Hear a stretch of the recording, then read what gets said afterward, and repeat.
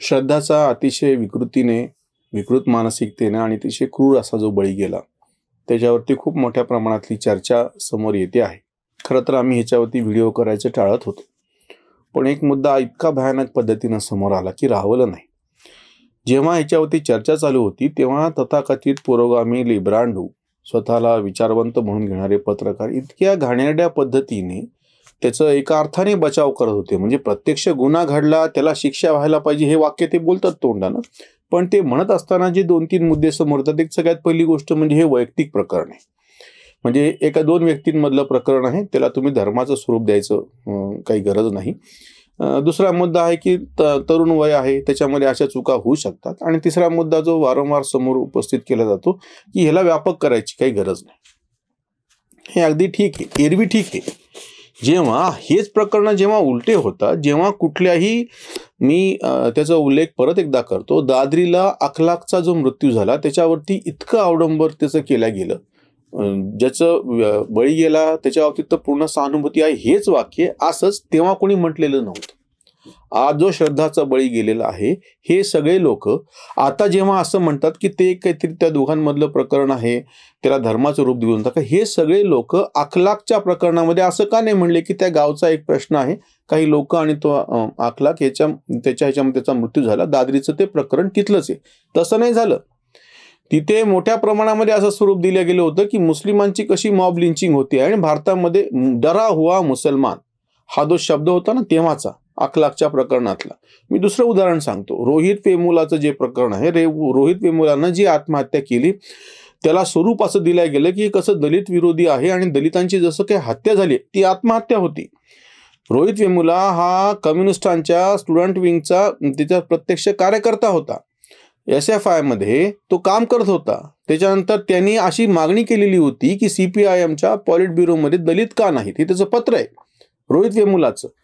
ह्याच्यामध्ये पण ते सगळं बाजूला ठेवलं आणि चर्चा काय समोर आणली, कशा पद्धतीने बरं तेव्हा तिथे चंद्रबाबू नायडू मुख्यमंत्री होते, पण जबाबदार कोणाला धरलं गेलं तेव्हा, त्या सुद्धा सगळ्या प्रकरणामध्ये केंद्राला, मोदी सरकारला.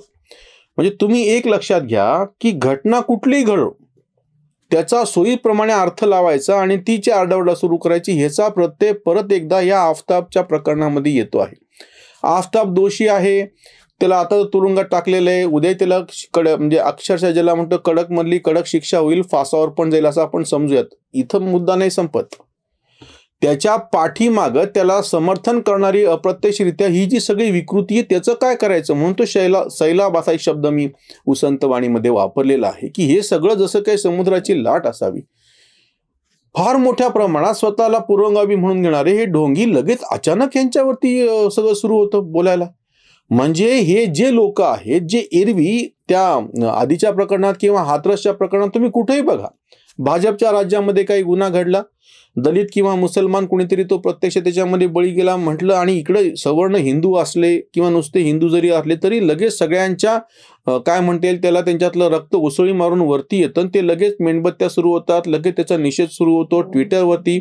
आणि आता एका हिंदू मुलीचा बळी गेलेला आहे तर सगळे पुरोगामी नेते किंवा त्यांचे सगळे पाठीराखी यांचे ट्विटर तुम्ही हँडल जाऊन बघा, यांचे फेसबुक पेज बघा, यांचे प्रतिक्रिया बघा, सगळे मुख गिळून गपचूप आहेत यावेळेस. ह्यांना अडचण काय व्हायला माहितीये का की ह्याच्यामध्ये त्यांचं कोणाचं काय राजकारण आहे आणि हे कोणाच्या पेड पत्रकार म्हणतो आम्ही किंवा बाकी सगळं बाजूला ठेवा.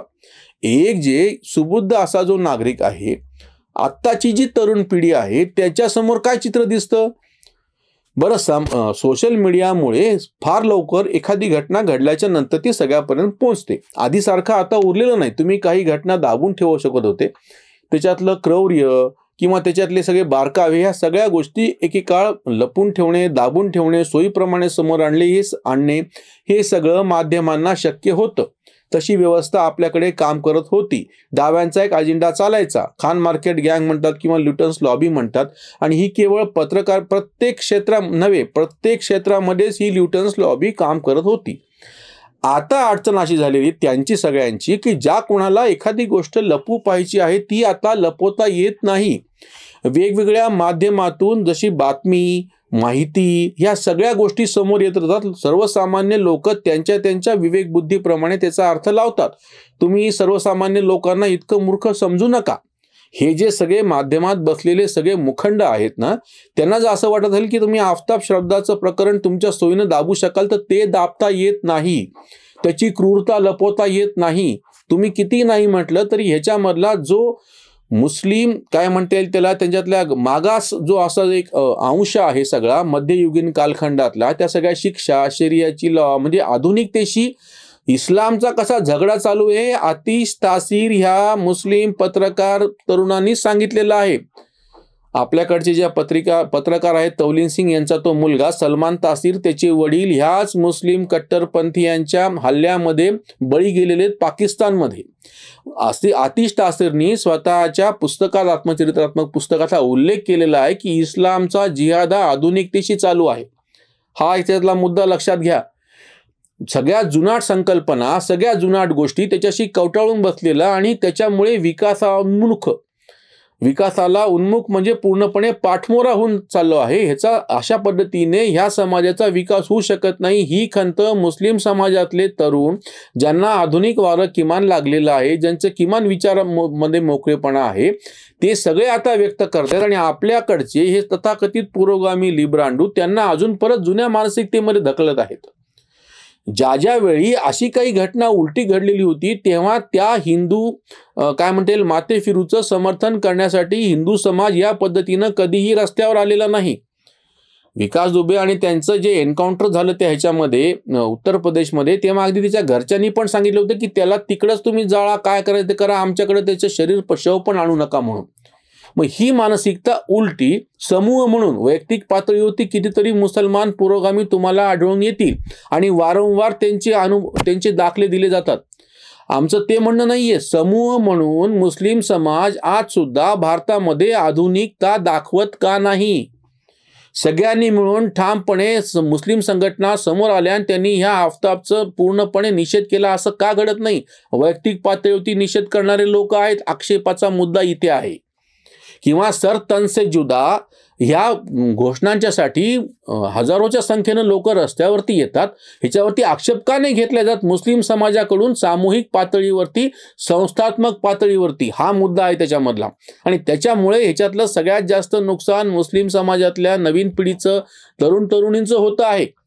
हिजाबचं स्वातंत्र्य पाहिजे म्हणताना ते हे विसरून चालले की बंदीचं स्वातंत्र्य कसं असू शकेल. उद्या तुम्ही असं म्हणाल की असं कसं, आमच्या पायामध्ये बेड्या पाहिजेत, आम्हाला स्वातंत्र्य पाहिजे बेड्या घालण्याचं, आम्हाला शिव्या घालण्याचं स्वातंत्र्य पाहिजे, आम्हाला कोणाचा खून करण्याचं स्वातंत्र्य पाहिजे. ही काय मुद्दा आहे? 35 तुकडे केलेत त्या कोवळ्या पोरीचे आणि तुम्ही त्याच्यावरती बोलताना म्हणजे एका आफताबला शिक्षा होईल ते एक वेळेस, म्हणजे एका अर्थाने ते ठीक आहे बाबा, मान्य झालं आपल्याला. पण त्याच्या पाठीमागचे जे हे सगळे लोक आहेत, ज्या पद्धतीने त्याचं विकृत असं समर्थन करायला लागलेत, ह्यांचं काय करायचं ही अडचणीची बाब आहे. दुसरी महत्वाची गोष्ट म्हणजे 15-20 करोडपेक्षा इतकी मोठी लोकसंख्या ज्या समाजाची आहे, त्या समाजामध्ये जर अशी मानसिकता राहणार असेल, म्हणजे आपल्या शरीराच्या एक महत्वाचा अवयव जेव्हा अशा पद्धतीने सडत चालला असेल वैचारिक दृष्ट्या, तर त्याचा परिणाम बाकीच्या शरीरावरती सुद्धा होतो. ही एवढी सोपी गोष्ट राहत नाही. मुस्लिमांनी त्यांचं बघावं असं म्हणता येत नाही. आम्ही तर एक मुद्दा वारंवार वेगळा मांडत आलेलो आहोत. भारतीय मुसलमान ही पूर्णपणे वेगळी गोष्ट आहे. त्याची तुम्ही तुलना इतर मुसलमानांशी करू नका. तसं केल्यानं आपलंही नुकसान आहे, त्यांचंही नुकसान आहे. बाकीचे मुसलमान ह्यांना आपलं मानत नाहीत. भारतीय मुसलमान जे आहे त्यांच्या चालीरीती परंपरा ह्याच्यावरचा हिंदू प्रभाव अजूनही गेलेला नाही. हिंदू सगळ्या समाजाचा आपल्याकडे ह्या प्रदेशात राहणारा तो हिंदू, अशी जी व्याख्या आहे, हिंदू ही जीवन पद्धती आहे, त्या सगळ्याला अनुषंगाने इथले मुसलमान सुद्धा हिंदूच ठरतात. हे लक्षात घ्या आणि हे त्यांनी पण लक्षात घ्या. आज जे मुसलमानांना भडकावतायत, आज जे त्यांना शरियावरती आधारित असलेली कायद्याची रचना मागतायत, ते सगळे विसरायला लागलेत की हे बाहेरच्या मुसलमानांसाठी काय आणि कसं लागू पडतं हा वेगळा मुद्दा आहे. भारतातल्या मुसलमानांचे प्रश्न शरिया आणि बाहेरच्या मुस्लिम कायद्यानुसार सुटू शकणार नाहीत. हा त्याच्यातला महत्वाचा मुद्दा आहे. त्याच्यावरची ही उसंतवाणी. गंगा जमनीची ज्यांची अंधश्रद्धा तुकड्यात श्रद्धा विखुरली. इस्लाम दोषीला नस तोच धर्म, ओळख आहे वर्म लिब्रांडूंची. गुन्हेगार जरी एक आफताब, ओळखा सैलाब विकृतांचा. अजूनी आठवे त्यांना आखलाख, हिंदूंची ओ राख आठवेना. सोयीने चालतो लिब्रांडू अजेंडा, पुरोगामी झेंडा फळफळे. भानावर याहो ओळखाही खेळी, श्रद्धा गेली बळी हकनाक. कांत म्हणे पुरे खूप झाले आता, कायद्याच्या लाथा हणाव्यात, कायद्याच्या लाथा हणाव्यात. आपल्याकडं न्यायदानाची प्रक्रिया अतिशय हळू चालते. त्याच्यामुळं काय म्हणतात, जस्टिस डिले जस्टिस डिनाईड. उशीर झाला तर तो न्याय मिळण्यात काय अर्थ नाही. त्याच्यामुळे अशा सगळ्या प्रकरणामध्ये तातडीनं न्याय झाला पाहिजे. कडक पद्धतीनं ह्या सगळ्या गुन्हेगारांना शिक्षा झाली पाहिजे आणि ह्यांना पाठिंबा देणारी जी विकृत मानसिकता आहे त्याचा बंदोबस्त केला पाहिजे वैध मार्गाने. ही एक अतिशय महत्त्वाची गोष्ट लक्षात घ्या. इथेच थांबूयात. धन्यवाद.